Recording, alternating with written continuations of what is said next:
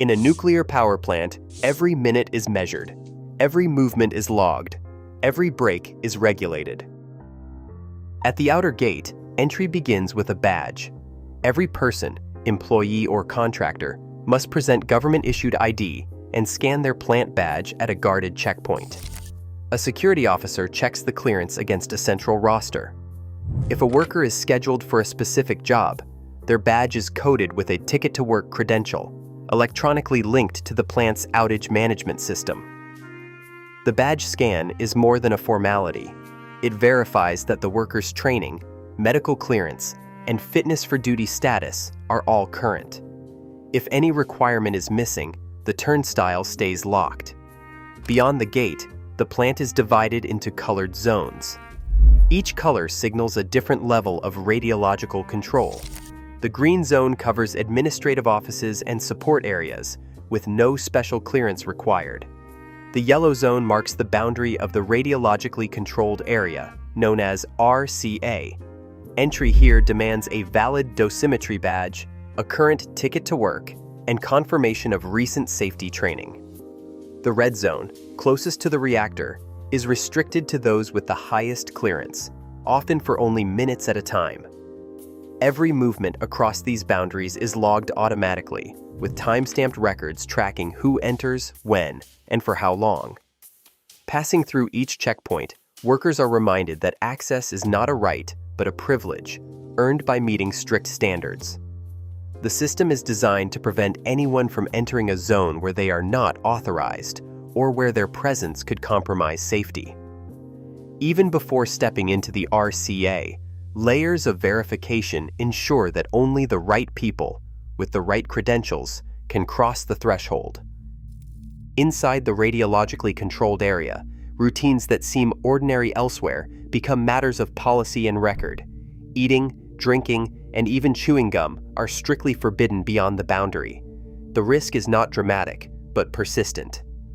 Microscopic radioactive particles can settle on hands, gloves, or clothing. Ingesting even a trace amount can result in internal contamination, so every plant enforces a zero-tolerance rule. Break rooms are set up outside the controlled area, stocked with water coolers and sealed dispensers. Before each shift, workers are reminded to hydrate, especially during outages, when heat and protective clothing increase fluid loss. The average crew member logs about 2 liters of water per shift, with intake recorded on a hydration log. This log isn't just for health, it provides a record for industrial hygiene and supports dose estimation in case of any suspected internal exposure. When it's time for a break, the process is deliberate. Workers remove their outer protective gear, step onto specially marked pads, and pass through contamination monitors at the exit portal. Each hand, each foot, and the whole body are scanned for traces of radioactive material. If a monitor alarms, the worker is directed to a decontamination area, where a health physics technician guides them through hand washing or a full clothing change. Every alarm, no matter how minor, is logged in the contamination database. Only after a clear scan can a worker proceed to the break room, eat, drink, or leave for the day. This stepwise discipline is not about suspicion, but about maintaining a barrier between the plant's inner workings and the outside world. The system is designed so that even the most routine actions, drinking water or taking a break, are treated as safety-critical steps, reinforcing a mindset where small lapses are never allowed to become big problems. A row of digital tablets glows on the supervisor's desk, each one tracking work hours in real time. The system is programmed with a strict 12-hour cap per shift, reflecting both federal regulations and the plant's own fatigue risk management rules. As the outage enters its second week, the dashboard pings. A crew assigned to a high-exposure valve replacement has just crossed 68 hours in a rolling 48-hour window. The alert is not advisory. It's a hard stop. The supervisor, wearing a blue hard hat marked with a white stripe, taps the crew's name on the screen. A message appears. Fatigue threshold exceeded. Initiate stop work. In the controlled chaos of an outage, every minute counts, but the rules are absolute. The supervisor radios the crew, instructing them to pause immediately and report to the break area. Work grinds to a halt, not for a technical fault, but because the risk of human error has crossed an invisible line. Each crew member is logged out of the system, and the outage manager is notified. No one questions the pause. The authority to stop work for fatigue is embedded in both regulation and culture. Only after a 10-hour rest interval and a fresh fitness for duty check will the team be cleared to resume. The procedure is not a formality. It is a barrier against mistakes that could ripple through the plant. In this environment, the decision to stop is as important as the decision to start. Every shift at a nuclear plant begins and ends with routines that are more than habit. They are guardrails against error. Before a tool leaves storage, a technician checks its barcode against a work order. Many tools are designed with poka-yoke features, physical safeguards that make mistakes nearly impossible. A torque wrench locks at the preset value, preventing over-tightening. Electrical connectors are keyed so they can only fit one way. These devices do not replace skill, they reinforce it, turning best practices into the only possible practices. Communication follows a script as well. Anytime a task is assigned, the instruction is repeated back, word for word, by the receiver. This three-way communication, give, repeat, confirm, catches misunderstandings before they can become mistakes. Peer checks are routine.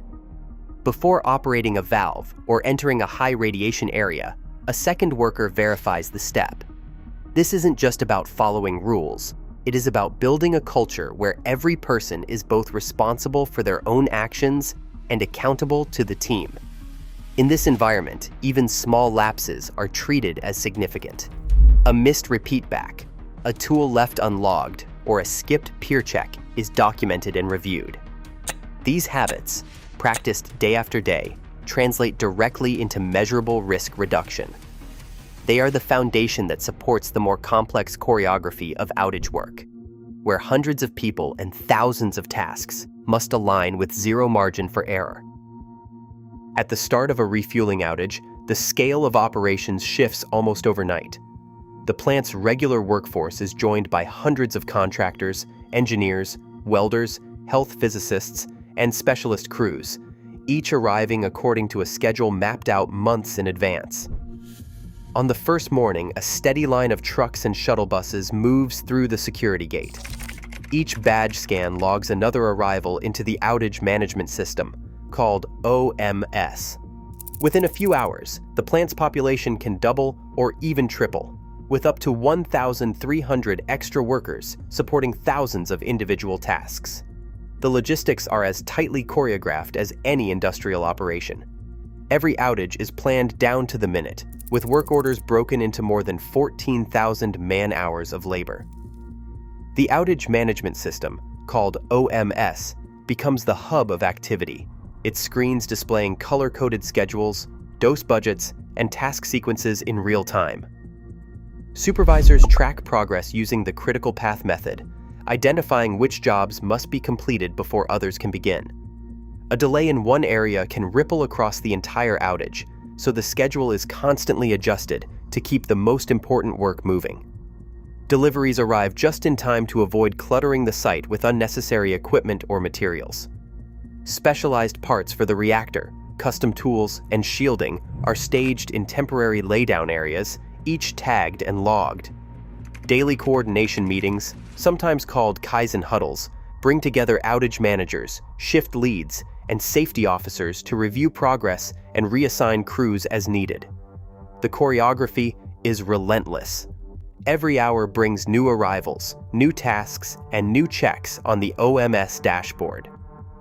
This surge in people and activity is not just a matter of numbers. Each worker's time, exposure, and location are tracked against granular dose budgets.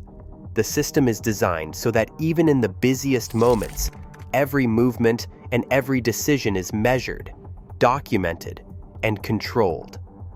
The margin for error shrinks as the schedule compresses, and the plant's culture of discipline becomes the only reliable defense against risk. A sudden chime breaks the steady hum of outage work. On the central dashboard, a warning flashes yellow, then red. A crew assigned to ultrasonic weld inspection has reached 75% of their allocated dose budget. The system's threshold is clear. At 75%, the supervisor receives an alert. At 90%, the protocol is non-negotiable. Work must stop.